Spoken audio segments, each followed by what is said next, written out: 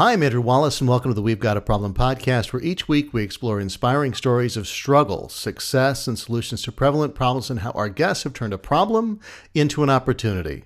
This week I'm joined by Steve Smith, a business coach based in Orange County, California, who helps senior leaders and teams move past the challenges that prevent them from performing at exceptional levels. Steve, welcome to the show. Andrew, thanks for having me today. I'm looking forward to it. Absolutely. So, I've talked to several different kind of coaches on this show, and they all have different experience that they bring to their coaching practice. Can you give me a little bit of your background? What kind of got you into this? How you got your start? Yes. I enjoyed about a 30-year career in consumer products manufacturing. Very large companies like General Mills, Lysol, nationally named, brand named products that most people know about. And in 2008, that whole industry went through a lot of change. And I had gone through a lot of change myself. A lot of change. And I just decided to opt out at that point. The current company I was with, it wasn't a really good fit. I was getting tired of the travel. So I thought, okay, one of the things that I've always wanted to do ever since I was a kid was have my own business.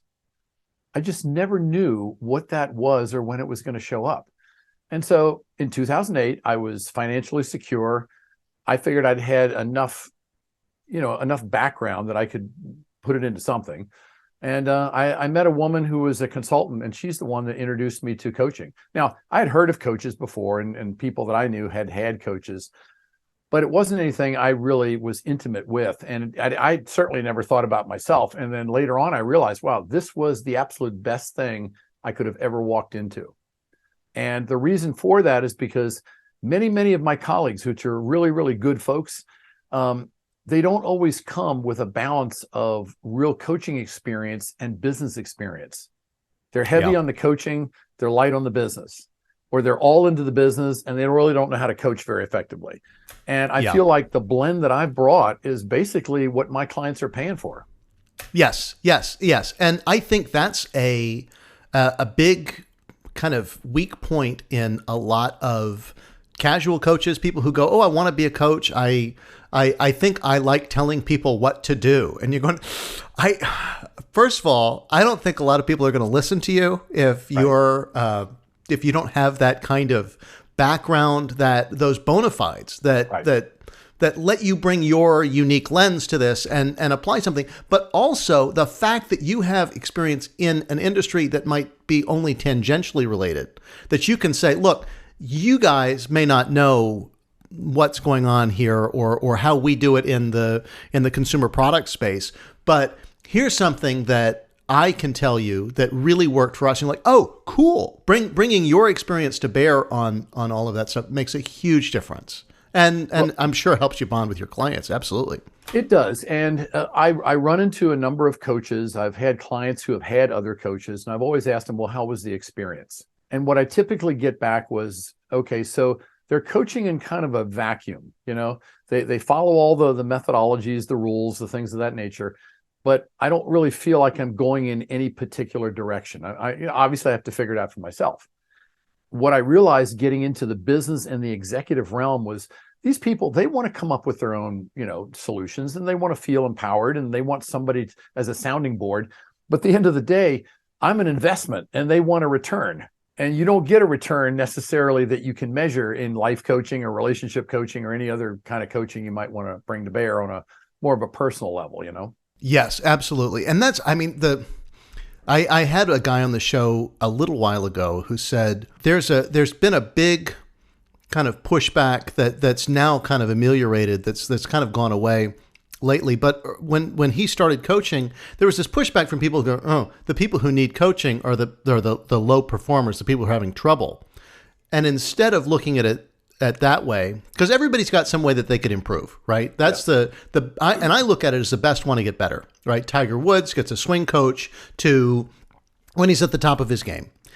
And to look at it as an investment in your future, right? The company wants to invest in helping you get better. Somebody's ready to invest in you. That's a big deal. That's a big deal. Absolutely. Yes. And sometimes I have to remind clients that I have who are being brought to me courtesy of their company and let them know that, look, your company is paying for this, but once you get your arms around this and you make it work for yourself, this is yours for the rest of your life. Yeah, absolutely. And it's going to be with you. Right. Right. So I know that we've talked a little bit about the concept of clout in the past on this show, but you really you have a unique take on that, and kind of what it is, how it works, and why we should cultivate it. Can you talk to me a little bit about clout? Yeah, clout's an interesting term because if you actually look it up in the dictionary, the very first definition relates to a more of an Old English term about somebody beating somebody else around the head and shoulders. And it's like, okay, no, we don't want to go there. Clout, for me, in more modern terms, is almost an invisible level of influence and professionalism and kind of personal dynamism that when people run into you, when they meet you for the first time, they instantly recognize that they're talking to somebody that's got it all together. Yeah, absolutely. And that's what I kind of as an underground benefit that I try to give a lot of, especially my executive clients, is that feeling that you can walk into any situation, you can meet any individual and immediately put them at ease and have your inner confidence come out and make them feel like the best decision they made that day was meeting you. Yeah. Yeah. Well, I'm ready. How do I get it? What do I do? Well, like a lot of personal development or professional development, journeys, it does take some time and it does go through some steps. But at the heart of it, you've really got to figure out what, and a lot, okay, this is a perfect example. When I first started this, people would talk to me endlessly because I came out of corporate America. I was going into the small business world. It was all about entrepreneurialism and things like that. And they were like, well, where's your passion? What's your passion? And I'm thinking, I'm not sure I have. I'm sure I have passion, but I'm not sure I have anything that's so overt that people would say, well, that's his passion. And what I realized later on was I don't have a passion like that. I have a calling. Yeah. It's like GPS. It's always pointing me in one particular direction. To me, passion, you have to have it, but passion is nothing but fuel. Yeah. That's what drives you in that direction that you're already going in. You have run into, undoubtedly, people with just exude passion but have no direction. Yep. And it's that whole, what do they call it? That squirrel syndrome, the yes. Shiny lights, you're chasing all kind of stuff because you got to use the energy somehow, but you haven't locked onto anything that's meaningful.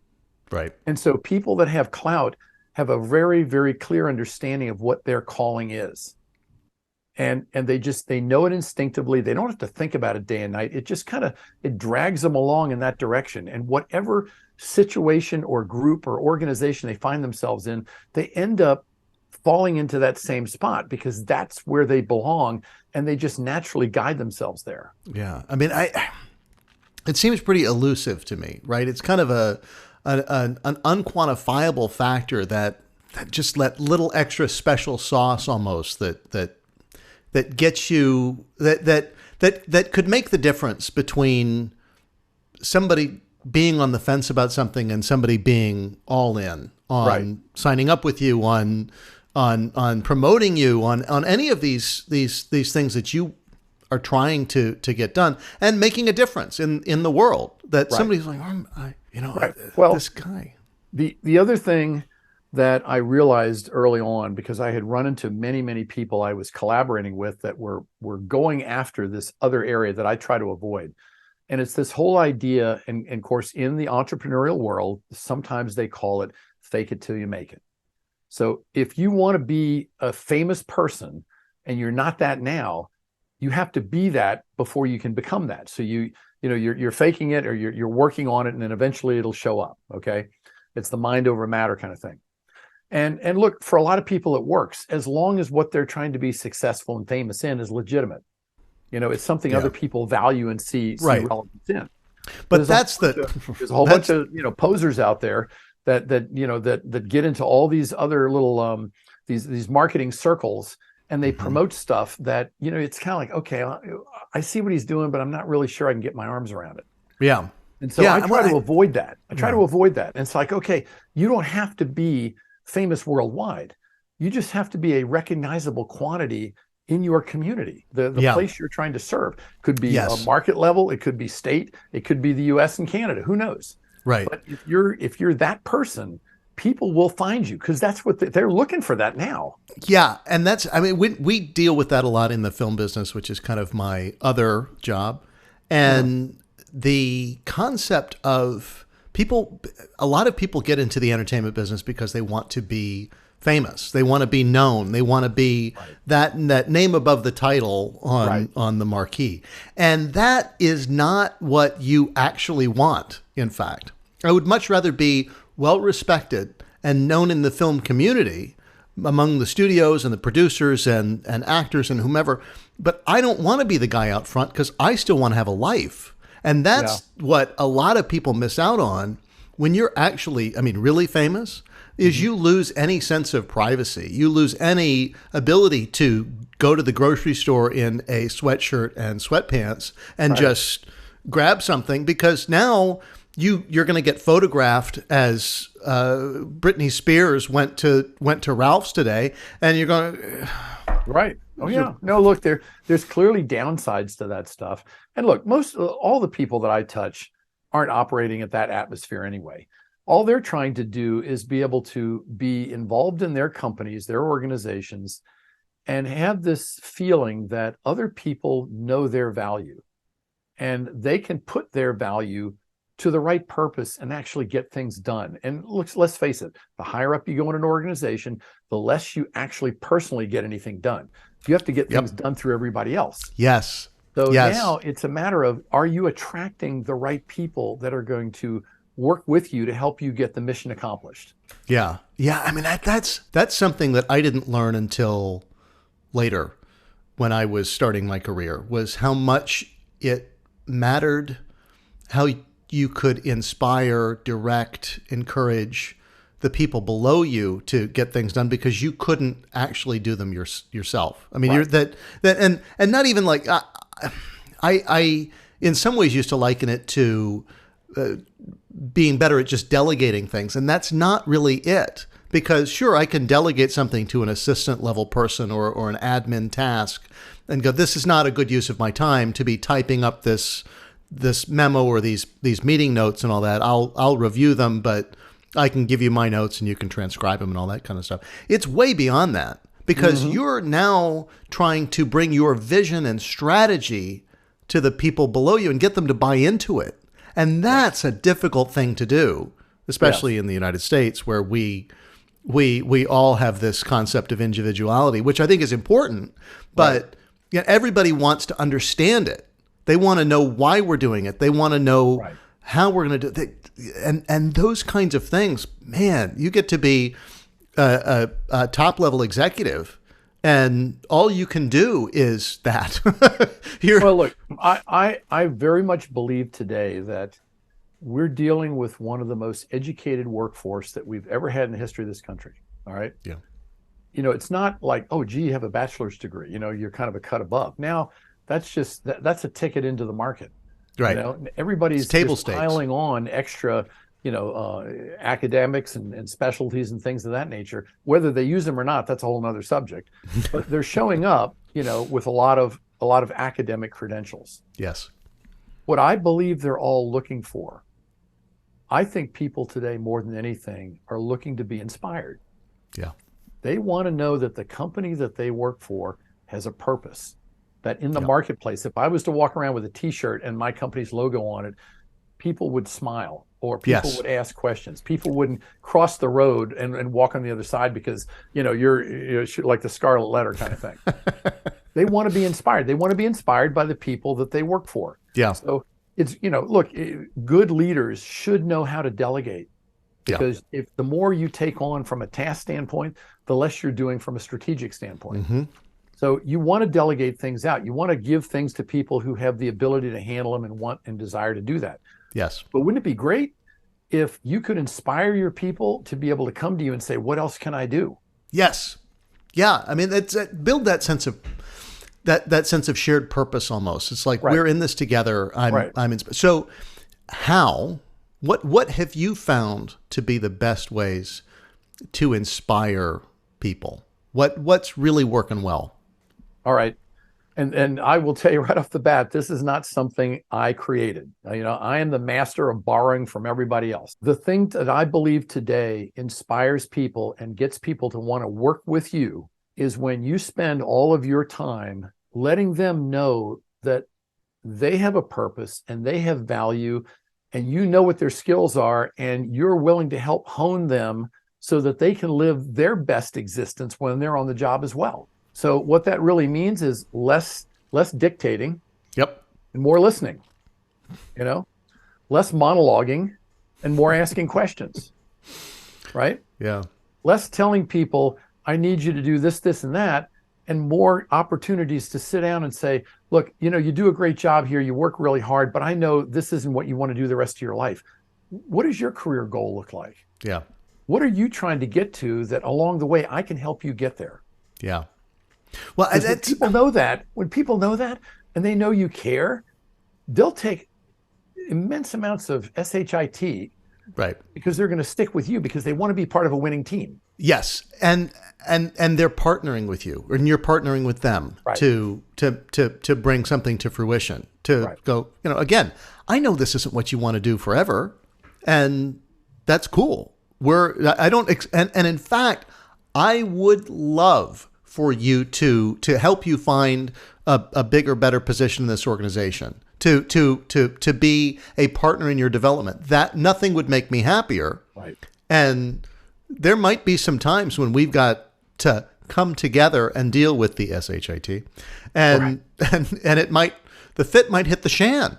But the fact is, we're in this together, and that kind of shared thing, and like you say, listening, man, that's something. At least I was fortunate enough to early on have had bosses and superiors who did do a good job of listening and encouraging.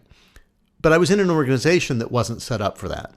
And there was not I found myself in a position that I was a junior team member.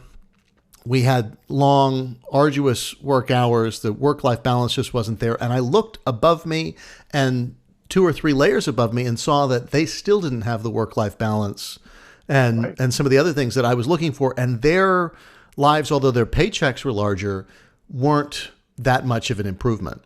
And I had somewhat of a similar story to you in 2008. That was my time when things just weren't quite right, especially in the finance arena where I was working, to try and find a new position once I voluntarily was laid off from my previous one.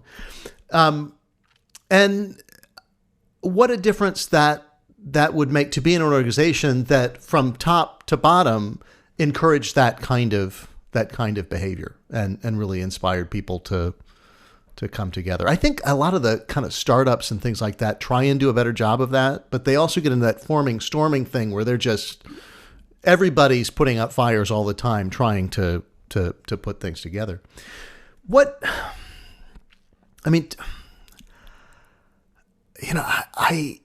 I kind of wonder, do you have any just fantastic examples of how that gone wrong? I mean, when it doesn't happen, when somebody's lost something that I almost wonder, and again, I'm tiptoeing around this in a way, accidentally, but have there been those times that you've seen somebody make a mistake in inspiring people, developing people, all that stuff, and later you come in as a coach to them, and they suddenly realize where they went wrong? I mean, I'm looking for some stories here of things gone right, things gone wrong, success stories. All right, that so kind of stuff. One of the things that quite frequently I will run into, especially in the early phase of working with a client, because I'm trying to get a sense of where they are, what path they've come down, what things have worked for them, what things haven't. Because typically, if somebody's not really well seated with their inner confidence, the first time something doesn't go well, it's off the boards forever. They're never doing that again. Okay. Yeah. And so what you're trying to do is uncover those and say, okay, is that something we can just let go? Or is that too pivotal to their development that we have to bring it back and figure out how to make it work and have them take another run at it. And so I will have situations, and I did have one, where this guy was talking through an issue he had with giving feedback. That's another really difficult one for people who don't do it well enough, or to be able to feel comfortable doing it sincerely and genuinely and not creating a bigger problem. So I have all kind of people that say, look, I just don't do reviews anymore because I don't want to get in that situation. Okay, well, you really can't do that because people, they're entitled to know how they're doing and what they can do better. Right. And so this guy was relating this bombshell that went off, it was like a year and a half ago, that created some real rifts in his relationships with some of his department people. Right in the middle of explaining what was going down, he stopped talking and he just kind of went blank. And I thought, well, maybe we had a disconnection problem. And I said, Ray, finish up here. And he goes, no, I'm just thinking. He goes, right in the middle of that sentence, I realized what I did that created that problem. There you go. The message here is that we play these things, these experiences in our head over and over again every day, like a big never-ending tape loop. Yep. But in your head, it's always going to play out the way you want it to play out, the way you remember it. A lot of times it doesn't actually become real until you verbally recite it to someone else. Right. And then as you hear it coming out of your mouth, you start to realize what that sounds like, which is exactly what the other person's thinking. Okay, I know what this sounds like. And many times that's the awakening that people need to recognize, oh crap, that's what I did. Because now I see the aftermath. It's not, I'm just in that moment. I'm many miles down the road now. I see what's happened as a result. I can go back and look at that and say, that was the point where things went off the tracks. Yep. Well, that deals a little bit with self-awareness. I mean, just kind of cultivating self-awareness, being aware of your effect on other people, how you sound, how you're perceived, what's going on inside, and what might be motivating your behavior, and how you can improve. What are some common kind of major blind spots that you see with that, and how can we fix them? I mean, what's okay? One of the significant ones today, and I think it's always been there, but just now it just has a name on it, and it comes under the heading of emotional intelligence. People increasingly in the workplace show up with little or no filter between their brains and their mouth. They just blurt out whatever's coming down the path. Yep. And then they sit there, and sometimes they recognize the mistake they made, and other times it just completely goes right by them. And so a lot of times what I have to help people say is, all right, let's play this third empty chair routine. You're sitting in front of me, I'm sitting here, there's a chair next to us. Let's put that individual in that chair. Now I want you to say to them, say it now the way you said it back then when this whole thing blew up. And then they'll say it, and I'll say, okay, now I want you to tell me what that person's thinking in the moment they're hearing it out of your mouth. And when they have to almost take themselves in an out-of-body experience and have to, because it's amazing when you ask people that, immediately they start thinking, okay, what's he thinking? And then they will tell you. Right. That's the answer is right there. Yep. It's like, okay, if you can just get used to recognize who you're talking with, what their temperament is like, what their history with you has been like, and serve something up that gets the message across without setting the room on fire, you're going to be infinitely better ahead. But so many people have difficulty with that. Why? Because they come into interactions, whether they be formal meetings or little get-togethers or lunches, you name it. Any interaction, they come together, they've already got trash in their head from whatever they were doing before that, and they haven't cleared the trash. Yep. So they're walking in, well, the trash takes over. Yeah. And the minute one of your buttons gets pushed, the dump truck just unloads it. Yeah. And then later on, they're going, oh, I probably shouldn't have done that. Well, yeah. You should have known that before you walked into the meeting. Right. And maybe you should have rescheduled the meeting if you were really that, if you had that much baggage that you were carrying into that, because I mean, it's almost like that old thing of the guy comes home and, yells at the wife, who yells at the kids, who kick the dog, who Right. go down the thing. And, Right. you know, there is that awareness of presence and what's going on in your head, and kind of leaving that stuff at the door. And that comes in, hey, outside of business too, in relationships and how we deal with everybody on a day-to-day basis, that Right. they don't know. The person that you just bit their head off at Costco doesn't know that you just found out that your dog is going through some stuff and it's going to be $5,000, and you're have all this emotional stuff going. I mean, nobody knows what you're coming into it with. They only know your actions in that moment. And Well, when, look, everything evolves around communication. yeah, Are you able to get your message through unencumbered by all kind of other stuff that might cause people to walk away thinking that they heard something different than what you said? yeah, And most of the time it boils down to two things. What words do you choose to convey your message? Are they inspiring? Are they informative? Are they hurtful? And what tone is coming behind those words? yeah, And if you can learn how to modulate both of those, you can get rid of massive amounts of drama that you normally walk through every day, because what you don't realize, most of the time it's you that's starting it. yeah, yeah. Well, there's so much that's about communication that is practice, that you need to actually, because we're not prepared to communicate in a business-like fashion with people in the certain situations that you deal with in business, without saying things in a way that might come off as overly aggressive or unconfident, or any of these ways that we don't realize the things that we're putting into our speech, the way that we're interacting with people, the nonverbals, the ums, the ahs, the just the way that we kind of talk to people and ask questions. You're like, oh, well, this guy's, he's trying to get me to do something he doesn't want me to do. All right. So that whole scenario that you've just painted, that phenomenon that is just present in every organization from coast to coast, that problem is getting worse daily for one specific reason. You know what it is? I do not. Remote work. Yeah, I'm not surprised. There is no natural banter or ad hoc getting together or sharing of ideas or 15-minute brainstorming or all hands on deck kind of meetings, because people aren't in the same building anymore. Yeah. They've lost the ability to be adaptive to various mindsets and behaviors and attitudes and edicts and things. It's all going out the window, because when you're at home, if you're by yourself, it's just you. Okay. Yeah. Or if your spouse is working there, you're in one room, they're in the other, you're trying to stay out of each other's way and share the bandwidth. Yep.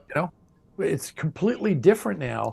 And people are saying, well, it's okay because I'm getting the work done. Well, you might be getting the tasks done, but are you really developing from an organizational, environmental standpoint? No, you're not. I really struggle with the concept of forcing people back into the office, because there's a kind of hybrid schedule that might work better for some people, and everybody works differently. I totally get that. And there are a lot of tasks that can be completed at home. And that bothered me when I was working in finance, the fact that we would have to stay in the office until 10:38 p.m. every night. And you go, I could have gone home at 6, eaten dinner, and then done the rest of this stuff at home if we had any concept of remote work. Or I could have worked from home Friday so that I could have done the deep reading to get through, right? All these things are good.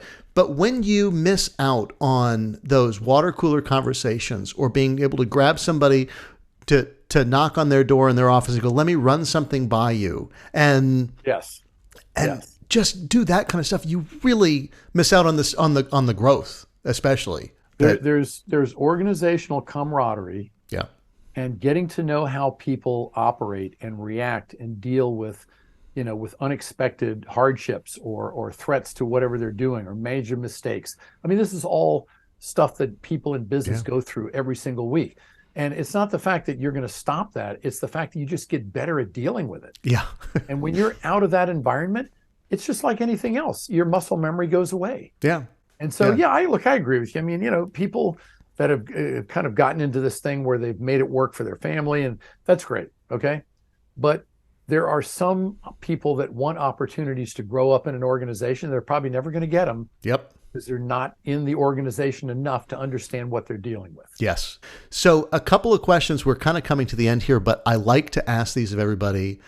And this can be general or specific to your individual coaching practice. Okay. What would you say the biggest fallacy is that everybody buys into, but that turns out to be total BS or that's highly overrated? Whoa, man, that's a deep one. Biggest fallacy. Okay, I got one for you. It goes like this. Knowing isn't doing. I work with a lot of very intelligent people, many of them, academically superior to what I've amassed, in my own life. Sure. But there's this preponderance of thought that I need to go back and get more. I need a certification here. I need to do this here. I need to go from my bachelor's to my master's. I need to get a doctorate before I'm 30. And so they've accumulated a lot of this knowing. Yep. It doesn't really translate into doing unless you have a specific plan for using it. Yeah. But just having it on your resume and thinking people are going to start, hey, you know what? I've worked with some young people who have kind of gotten into their career, and their fear is that they've accumulated too much. And now companies are going to feel like they can't afford to pay them for that. So they just pass on them altogether. Yep. So, and again, I told you, I borrow from a lot of people. Okay. One of my favorite people out there that talks a lot about this is a guy named Mike Rowe. Yep. Dirty Jobs guy. Yep. He is a big proponent of, if college is not your thing, if academia at that level is not anything that you're interested in, or you feel like you're going to be able to use, don't go there. Yeah. Go into the trade, side. Find something that you feel is really your calling that you can do every single day and feel like it's the first day and you're excited to do it. And oh, by the way, you're good at it too. Right. Because when people figure out you're really good at it, you don't have to do any marketing anymore. Word of mouth will keep you going for years. Well, that is such a big thing in the United States in particular. We have gotten into this. I don't want to call it lack of respect, because we do in a way respect the plumber, the electrician or whatever, and we certainly need them. But there is this kind of, I'm not going to go to college, that now we look at people as a little bit less than for wanting to go to trade school, that we don't value those things the same. To me, it all boils down to, at some point in everybody's life, you need somebody to help you, guide you, and say, okay, you've amassed all these credentials, all these resources. What do you want to do with them now that is actually marketable? Yeah. Because you can, look, we have evidence of this everywhere in society today. People that have got massive, college debt, and they can't find work that pays enough to pay off the debt. Right. Okay, there's something wrong with that as just a general balancing when all of the academics you've accrued and what you paid to get them doesn't make enough for you to get a good job to pay that stuff off. Right. And so it's like, all right, get whatever degrees or education in whatever field you think is pulling you.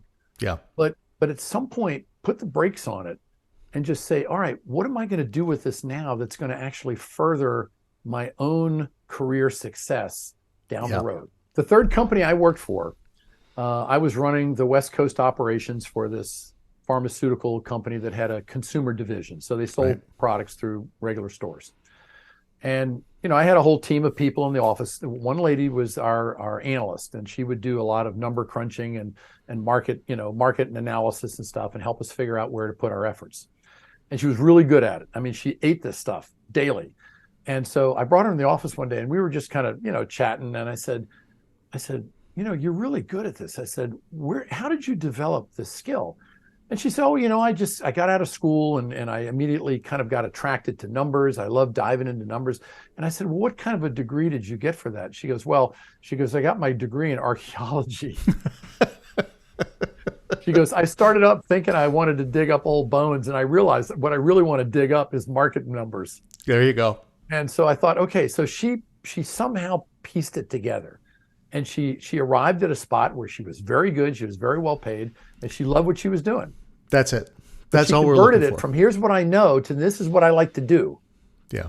Boy, and if we could all do that, we would be so far ahead Yeah. in the world. Yeah, absolutely. So on the other end of it, from the biggest fallacy, what do you think is underrated? What do you think people are missing? What do we need more of? Wow. I think, to me, the thing that is underrated most in business today is people's willingness to listen. Yeah. There's so much pressure to, if you're in sales, to get your message out. If you're in marketing, to make sure everything's pushed out to the marketplace. If you're in negotiations, to make sure your side is being represented. So it's all this pushing out to the other side. And if you just spend enough time asking a few really good questions and listening to what comes back, sometimes you can develop so much insight about what you're dealing with and about what the other side's dealing with that you can short circuit the problems quickly. But people just don't seem to value real listening. They'll sit there, okay, I'm looking at you while their phone's going off right next to them.